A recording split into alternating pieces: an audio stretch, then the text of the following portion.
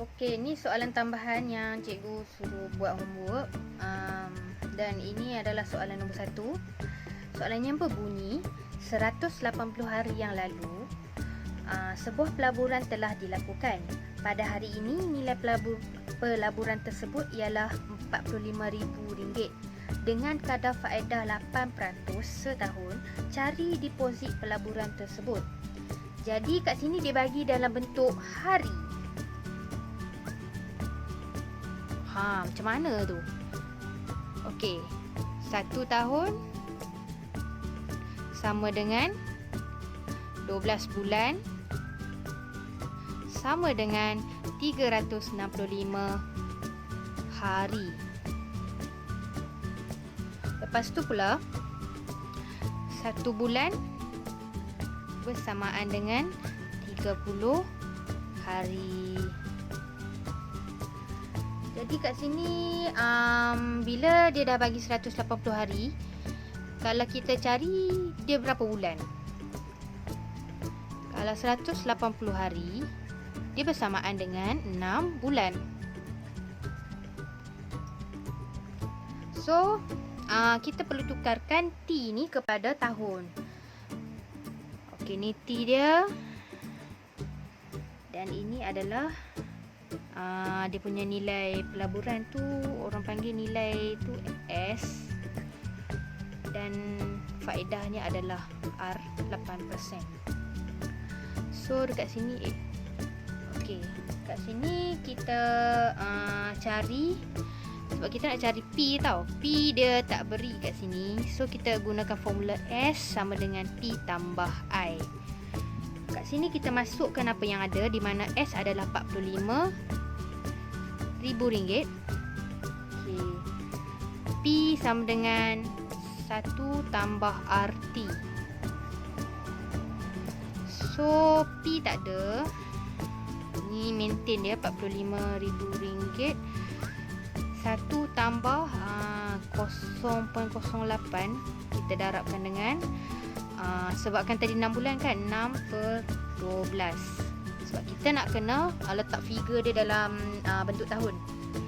Jadi dekat sini dia akan jadi RM45,000. P ni kalau kita darab, kita dah tambah dia akan jadi 1.04.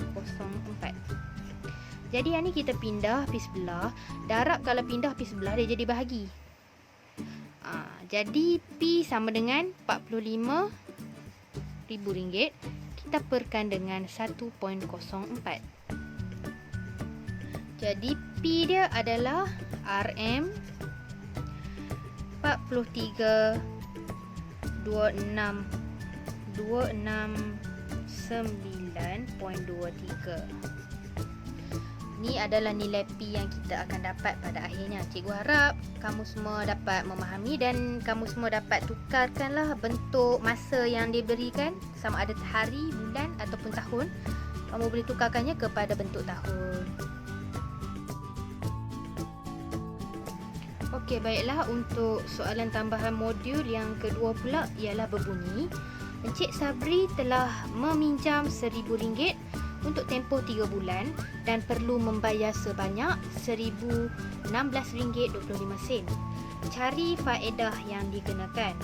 Jadi kat sini dia bagi kita P, yang ni adalah T, dan ni jumlah yang perlu dibayar adalah S. Sekarang ni dia suruh cari I. Okey, dekat sini sebabkan dia dah bagi P dengan S, jadi kita gunakan formula S sama dengan P tambah I, di mana kita buatkan I sama dengan S tolak P. Okey, S dia adalah sebanyak 1,000 RM, RM1,016.25. Kita tolakkan dengan RM1,000 dan kita akan dapat RM RM16.25. Okey, soalan ni mudah dan simple je. Cikgu harap kamu semua dapat memahaminya. Okey, baiklah, untuk soalan tambahan modul yang ini anda dikehendaki melengkapkan jadual di bawah. Jadi kat sini dia ada bagi, ada yang bagi nilai pinjaman awal, ada bagi kadar faedah, tempoh dan nilai matang. Kalau anda perhatikan ada juga yang dia kebanyakannya pinjaman awal dan nilai matang je lah yang dikosongkan. Cuma ada dekat sini tempoh dia bagi dalam bentuk bulan dan bentuk hari. Jadi kat sinilah yang akan diujilah anda semua. Di mana anda semua bagaimana cara anda untuk mengira. Jadi kat sini cikgu nak tunjukkan dua sahaja jalan pengiraan dan yang lain cikgu akan bagi jawapan dia untuk kamu semua buat sendiri. Cuba buat sendirilah. So yang pertama ni cikgu ambil soalan A.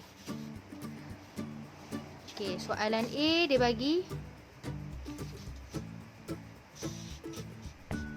okey, nampak okey, nampak A, pinjaman awal iaitu P dia adalah 4,000.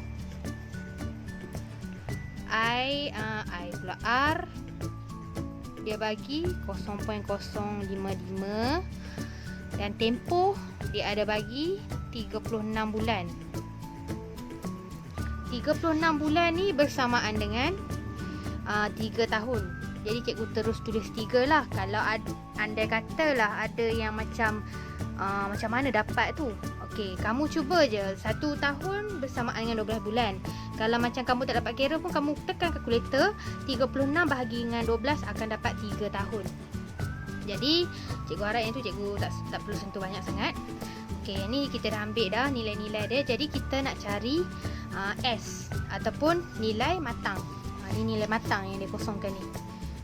Okey, nilai matang dia S sama dengan P 1 tambah RT, di mana kita masukkan nilai dia ni RM4,000. Kamu tulis RM lah, better. 1 tambah R dia adalah 0.055. Kamu darabkan dengan tempoh masa dia dalam tahun, iaitu 3 tahun. Kamu tak boleh tulis 36 bulan. So kena tukarkan dia kepada tahun. Jadi S dia adalah kamu akan dapat, okey, mula-mula cikgu tulis dulu RM4,000. Amount semua ni adalah 1.165 dan kamu akan dapat RM4,660. Okey, ni untuk A. Jadi maksudnya kamu kena tulis dekat sini adalah RM 4,660. Okey, jelas So kita pergi pula kepada soalan B. Okey, baiklah. Untuk B pula dia bagi kadar faedah. Okey, kadar faedah sebanyak 7%. Tempoh dia bagi 18 bulan dan nilai matang sebanyak 3,750. Jadi kat sini okey, dia bagi S 3,750. Dia bagi R sama dengan 0.07, manakala T dia adalah 18 bulan. Kita tukarkan kepada tahun, 18/12. Jadi dekat sini kita nak cari P dia, sebab P dia tak beri. So S sama dengan P 1 tambah RT, di mana kalau kita nak cari P, kita pindahkan ini menjadi bahagi dan S sama dengan per 1 tambah RT. S dia adalah 3,750. Kita perkan dengan 1 tambah 0.07. Kita tambahkan nanti dia 18/12. Jadi kita akan dapat nilainya adalah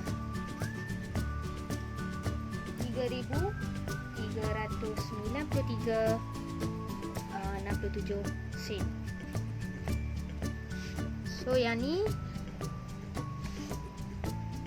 kita just masukkan je dekat dalam. Okey. RM 3393.67. So kita masukkan je. Bila kita dah kira, masukkan je. Dia bagi dalam bentuk jadual ni pun just untuk latihan pengukuhan. Okey, baiklah. Untuk yang soalan lain, kamu cari sendiri, cikgu bagi jawapan. Nanti cikgu akan bagikan jawapan dekat dalam GC. Jadi untuk hari ni kamu perlu tukarkan kepada bulan, bukan kepada tahun. Tapi kalau macam anda kata kamu boleh tukarkan kepada bulan, macam contoh 180 hari ni bersamaan dengan 6 bulan, 90 hari ni bersamaan dengan 3 bulan, 60 hari bersamaan dengan 2 bulan. Manakala 50 hari ni kita tak boleh tukar kepada bulan, jadi kita gunakan 50/365 hari. Kita tetap kena tukarkan dia semua sekali ni, tetap kena tukar kepada bentuk tahun. Cuma cikgu prefer dalam bentuk bulan untuk memudahkan pengiraan lah. Kalau anda kata dia bagi soalan yang macam ni, ni memang kita kena gunakan bentuk tahun lah. Bentuk tahun yang hari itulah, 365 hari tu. Jadi untuk jawapan yang lain, cikgu akan upload dekat dalam GC. Okey, itu saja. Harap perkongsian cikgu dapat membantu kamu semua dan memudahkan perfahaman kamu semua lah.